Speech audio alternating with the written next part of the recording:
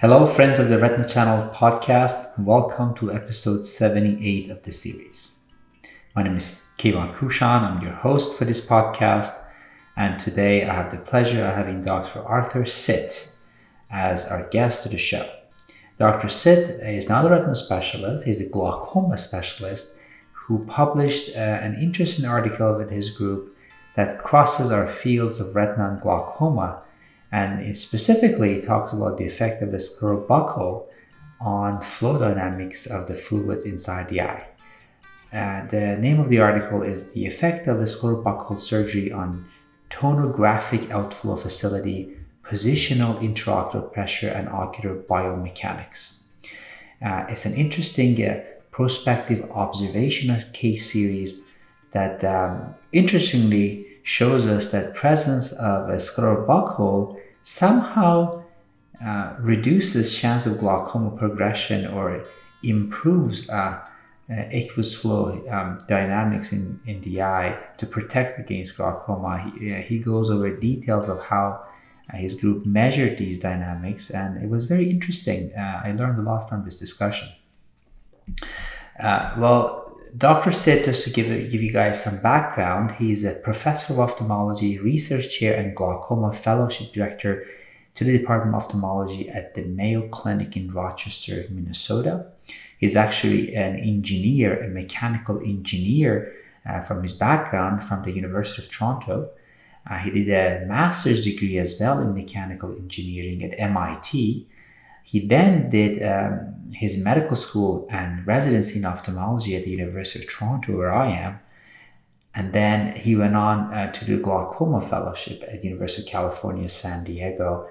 And since then, he's been very active in research, and he has contributed a lot to our field. His main research interests are mechanical properties of the eye that control intraocular pressure variations and contribute to glaucoma. And that really includes aqueous humor dynamics and ocular biomechanics, which he goes over details in this article. He was of note of as many achievements he's had of note, some of them just to mention. He was the 2024 American Glaucoma Society lecturer. He's an American Glaucoma Society Clinician Scientist Award. He has won that. He has also been awarded World Glaucoma Association Young Clinician Scientist Award, American Academy of Ophthalmology Achievement and Senior Achievement Award. And he was the program co-chair of the World Glaucoma Congress from 2019 to 2023. I enjoyed talking to Dr. Sitt and during this podcast recording, and I learned from him and from his very in-depth scientific discussion and very, very kind demeanor. So I look forward to present this podcast recording to you as well. Without further ado, this is the conversation. Good afternoon, Dr. Sitt. Good afternoon. How are you doing? I'm good. Welcome to Retina Channel podcast. Yeah, thanks. So you're in Toronto, right? I'm in Toronto. I'm in your hometown. Welcome back.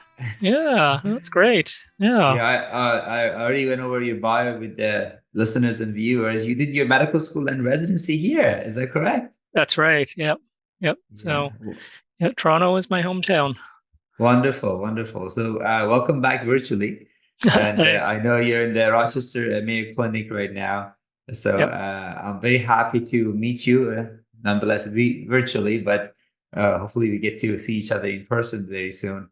Yeah, and absolutely. I'm happy that you agreed to come on the podcast to talk about your very interesting article in Ophthalmology Glaucoma on the effect of scleral buckle on IOP and aqueous humor dynamics in the eye. Mm-hmm. I was intrigued by your article. Two people actually suggested that to me, and I came across it on the Academy publications as well. Okay. Alan Berger, Dr. Berger, who is one of our retina people, suggested that to me. And you did a podcast for the Academy as well on it. So it's a small publication, but I would say it created some noise. Okay.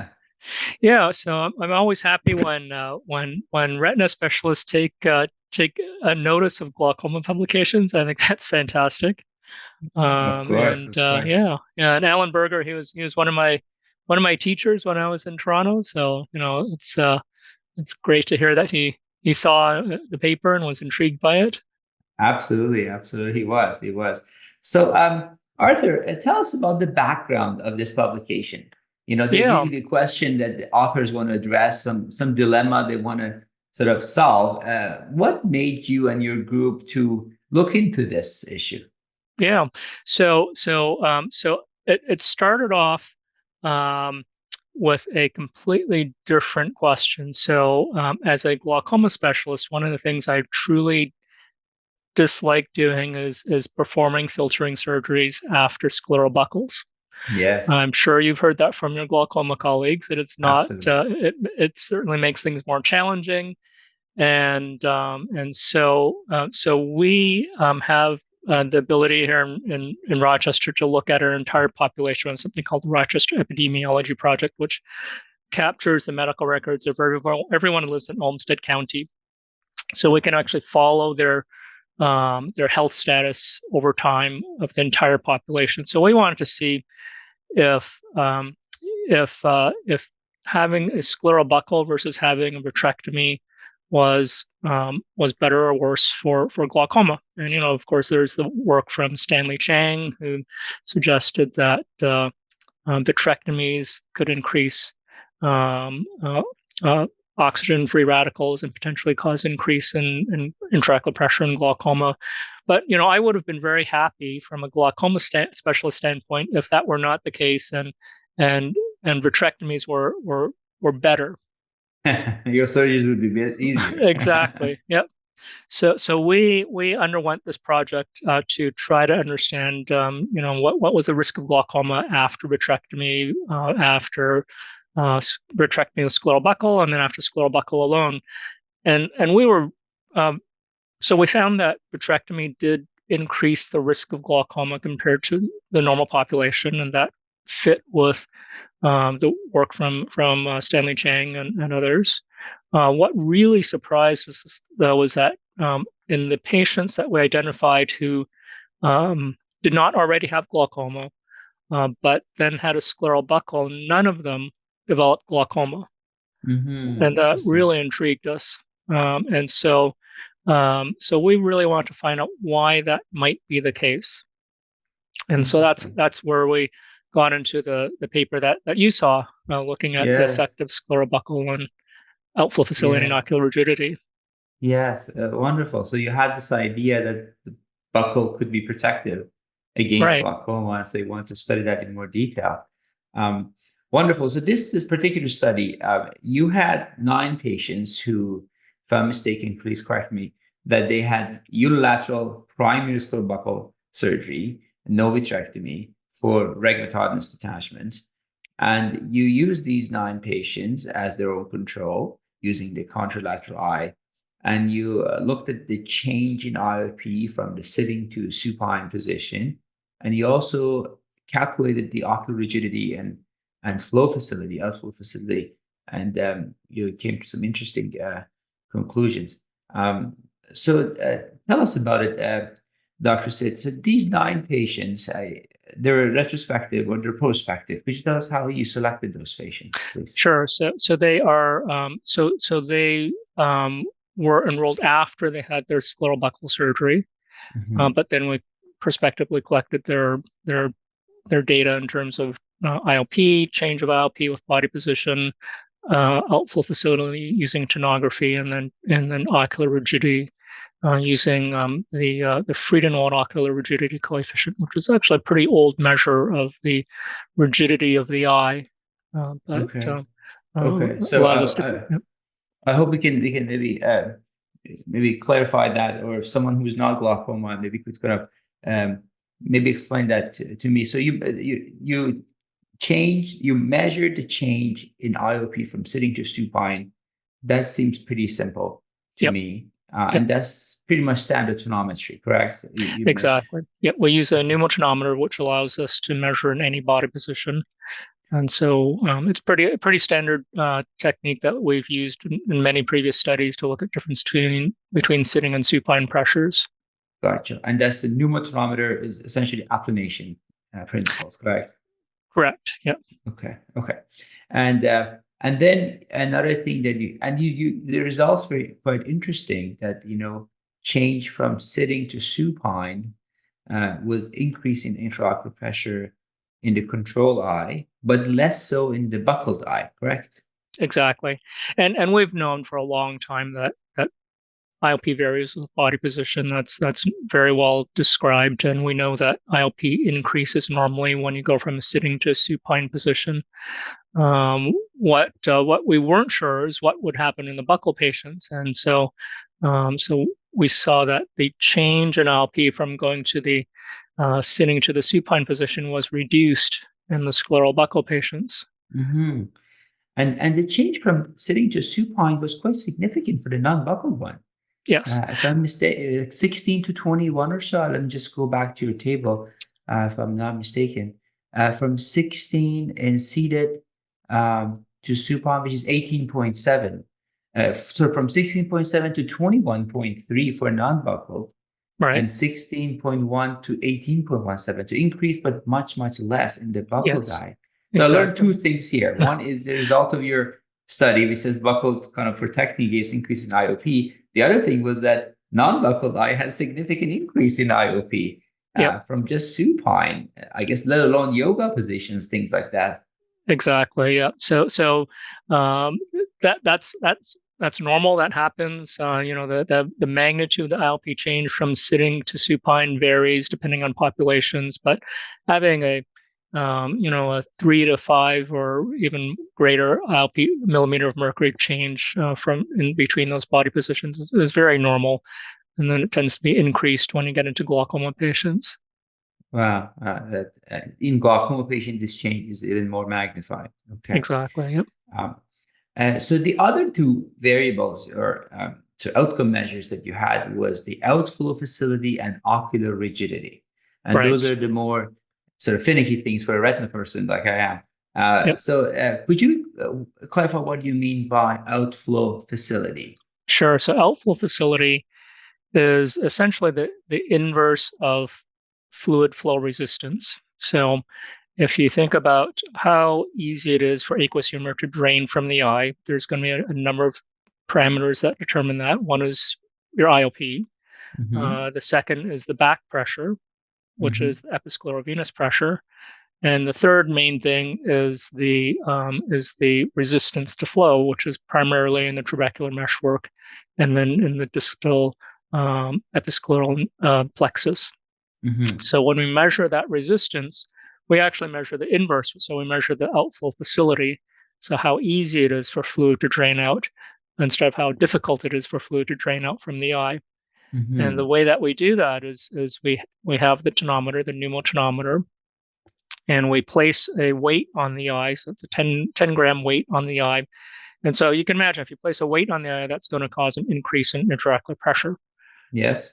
And then over time, that pressure is going to slowly decay down back towards its baseline. How fast that decay happens is what allows us to calculate outflow facility. Okay. So essentially, you're it's a reverse of resistance in a way. Exactly. It's a reverse of a Reverse. resistance. So we're Okay. increasing the pressure. So if you have high resistance, that pressure is going to stay elevated for a longer period of time. But if you Mm-hmm. have low resistance or high facility, and then that pressure is going to drop back down to baseline more quickly. Okay. So you're creating some energy for the eye to work with, and you're measuring the resistance by looking at the normalization of the pressure. Right? The speed at Okay. which it normalizes. Okay. To speed. Okay. Now again, it, in a way, is like electricity. Uh, Yeah, yeah. So the mathematics for fluid flow is exactly the same as the mathematics for electric circuits. So yes. so, so yeah. Okay. So we have so if you understand electric circuits, so pressure is the same as voltage, and current is current, Yes. and current is fluid flow, and then resistance is resistance. Okay. Okay. So your pressure is what you know is 10 grams, and then um, I guess what and your So I'm getting it now. I think I'm getting it. So yeah. So you have a known pressure difference, which is the 10 gram, and then through which you get your resistance or outflow facility. Right. So the 10-gram weight, it doesn't give us a known pressure change, but it gives us a measurable pressure change. So, it's just like pushing on your eye. It's going to cause the pressure to go up. Gotcha. And we can measure what that is, and then we can measure how fast it decays down. Gotcha. And so this procedure, you do that in, again, seated and supine. No, so this is only performed in the supine position because Only we are supine. putting on a weight on the eye. So it does depend on gravity pushing down on the eye. Yes, makes sense. Okay, only in supine. Okay. And when you did this, you compared again buckled and non-buckled eyes, and then it wasn't much different, correct? Correct. Yes. And so that was something that we weren't sure what we're going to find. It does help to validate some of the things that we talked about, because one of the things, so other than ocular rigidity, which I'm sure we'll get to, yes, the other parameter that can reduce pressure fluctuations in the eye is outflow facility. So again, if you have very low resistance or high outflow facility in the eye, if you push on the eye, the pressure comes back down quickly. So that's reducing fluctuations. And so if you had increased outflow facility, then you can have less of the fluctuations in pressure, so less of a change from sitting to supine, without having change in rigidity. So since we didn't find a difference in facility, so we knew that wasn't contributing to the differences in ILP that we were seeing between the two groups. Gotcha. And maybe unrelated to this particular article, but I assume in a glaucoma patient, you have reduced outflow facility. Is that correct? Exactly. Yeah. Okay. And that's because of disease in the trabecular meshwork. Gotcha. Okay. And then the last thing you mentioned, the ocular rigidity. And the ocular rigidity. So let's explain that. What is that? What do you mean by ocular rigidity? Yep, absolutely. So, if you think of a balloon, the way that you inflate the balloon is you apply pressure, you blow into a balloon, and then when the pressure increases, the volume increases as well. And then if the pressure decreases, the volume decreases. So how much that volume increases, so if you have a really stretchy balloon, then if you have a little bit of a volume increase, a little bit of a pressure increase, the volume will increase a lot. But if you have a really stiff balloon, you can really blow on it really hard, but the volume's going to increase very little. So that property is it's the compliance, but really it's the same as the rigidity. So if you have a very rigid balloon, you can add a lot of pressure, but the volume's not going to change much. But if you have very low rigidity, you can add a little pressure and the volume will change a lot. So it tells us about the properties of the tissues of the eye, in particular, probably mainly the sclera is contributing to that property, since most of the eye wall is consisting of the sclera. How malleable it is, how expansive. Exactly. Okay. Exactly. Okay. So that's ocular rigidity, and you have a way of measuring this as well. How did you measure that? Yeah. So this again it's actually part of the tonography measurement where we measure outflow facility. So if we have our patient lying down, we can measure the pressure in their eye. I'm using the pneumotonometer, and then we can measure the pressure in the eye after we place the weight on the eye. So that same 10-gram weight is going to increase the pressure. So the difference in pressure between having no weight and having the 10-gram weight gives us a specific pressure change. And then and then there's some old work looking at the geometric changes in the eye depending on how much pressure change there is, and so you can calculate the volume change for a given pressure change. So if you know the volume change for a given pressure change, then you can then calculate the ocular rigidity. Gotcha. And how do you measure the volume change? Like, is it? Yeah, so the volume change. So that's a great question. So in our study, we used some tables that were developed several decades ago that were specifically for the pneumotonometer. If you can also measure it with OCT, other investigators have done that. So if you want to get a little bit more nuanced, you can definitely do that. What we were more interested in is, is there a difference? And so for us, using the tables was a good enough approximation. Okay, so it's approximately based on change in pressure, how much volume change probably is around. Is that correct? I'm sorry, could you repeat Based that? on the IOP change, those okay, so tables correlate to change in volume to change in IOP. Is that correct? Exactly. Yep. Okay. Yep. Okay. Well, and so I feel there's a lot of physics here. So a lot of yeah. Yep. That's good. Okay. Yep. So I'm an engineer by background. So Yes. that's why I have an interest in this area. Yes. It totally shows. It's wonderful. Yes. I liked physics. When I was in high school, I loved physics. I guess I can Great. relate to that. Although I've forgotten a lot of it, but that this work sits with me. Great. So you showed the ocular rigidity was actually decreased in your buccal eyes versus the non-buccal eye by a significant amount, right? So could you explain that and maybe tell us why? Yeah. There's a number of different theories as to what. So we're not the first ones to show a buccal decreases ocular rigidity. We're the first ones to show it. That happens in living patients. But there have been previous investigators who showed it in cadaver eyes. So there have been a number of different theories as to why that actually happens. And so I think the best explanation is that when you buckle an eye, you're indenting the sclera, and you're actually creating a little channel in the sclera, which corresponds to a decrease in intraocular volume. Right? Yes. Yeah. So when the pressure in the eye then increases, so if you have a non-buckled eye, for the pressure to increase, or in the volume, it has to stretch the entire sclera out.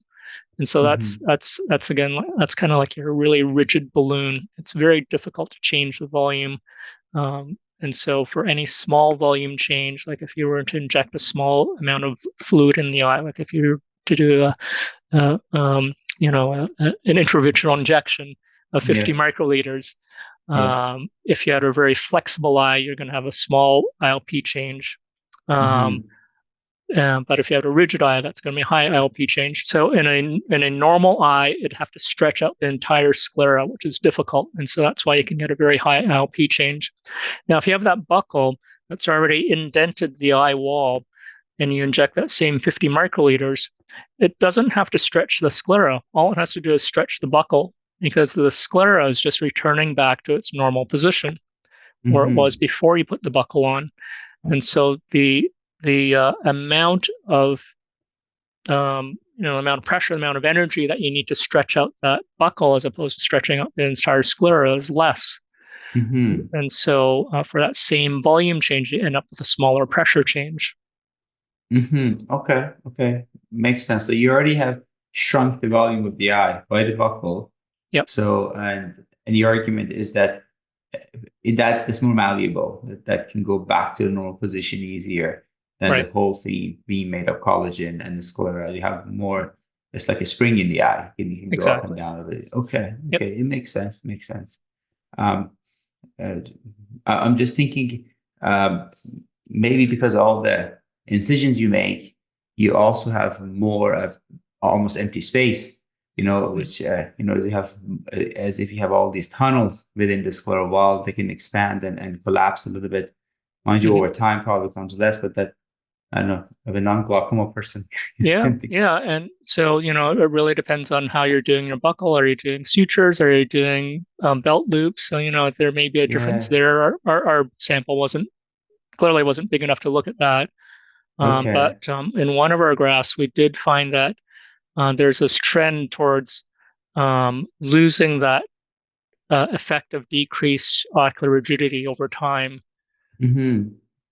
And so, What would that be? Well, what would that? Well, so what we think is happening is probably, if you leave that buckle on long enough, and I'm sure you've taken out buckles. If you take it out after many years that's been there, the eye doesn't bounce back right away. There's you have that little ridge around the eye. Yes. And so I think because of that, you're over time, you're no longer returning the eye to its normal position. You're actually stretching the eye from its new normal position. Yes. Yes. And then you can also get fibrosis over the buckle, which probably increases the rigidity. Mm-hmm. So yeah, it makes sense. So your argument holds here that maybe that spring function is less of a function later on. Yep. As over time as it scars and remodels. Okay, makes sense. So what does this mean that you have decreased rigidity with presence of a buckle? So what does that mean? That means you have less IOP fluctuations in a glaucoma person. How is it practically related to patients? Exactly. So because the rigidity is lower, there will be smaller IOP fluctuations. Mm-hmm. And we think that it may be the protective mechanism that we see from scleral buckle, where scleral buckle patients just seem to be less prone to developing glaucoma later on. So we're definitely requires more work to validate that. Mm-hmm. But we think that's probably what's happening in these patients. It's just lowering their IOP fluctuations. Mm-hmm. Okay. So you have two things to show that maybe the protective effect of the buckle. One would be a decrease in ocular rigidity. One would be a less of a change from seated to supine position. Right. It may be related to each other, these two phenomena. They are. So yep. So it's the decreased ocular rigidity results in the decreased IOP fluctuations, including the sitting to supine change. Mm-hmm, mm-hmm. And somehow related to your article and results. So you mentioned a little bit that is there sort of documents and studies showing the long-term beneficial effect of buckle in IOP progression in glaucoma patients, or no? It's just more like an observational thing. Yeah. So no, we don't know that yet. Our past study, we specifically excluded patients who had pre-existing glaucoma. Mm-hmm. There is one paper from the 1970s that showed that patients who had scleral buckle potentially had slower progression of glaucoma, but clearly that needs to be repeated with a larger cohort. So, that is definitely something that we're looking at. Mm-hmm. Mm-hmm. Okay. And it's good that they don't need as much traps, probably, because so that would make the surgeries hard. It sounds like it's protective anyway. Yep. Okay. Wonderful. Anything else, Dr. Sid, you want to add to this discussion? Anything you feel we missed or you want us to remember from your article? Yeah, so I think we covered a lot, and I think it's pretty comprehensive. I guess the one thing, just not related to this article specifically, but I think one really important lesson was that it's important to keep an open mind when you're doing research, because we did not expect to go down this path. As I mentioned, we're actually hoping for the opposite result, mm-hmm, that buckles would not be good for glaucoma. Mm-hmm. But that's serendipity, and it's that's how research goes. You find things that are unexpected, and then you can just continue down that path. Yes, and that's a sign to the purity and objectivity of your research. A good researcher is open to the opposite result, and versus having a very fixed mindset and going for what they want to look for, being flexible and scientific is what matters a lot. And I congratulate you for that and for doing this work and producing all the work you do. And thank you very much for coming to the Retina Channel podcast. Well, thank you very much. It's a pleasure and really great chatting with you. Pleasure was mine. Well, folks, this wraps up episode 78 of the Retina Channel podcast.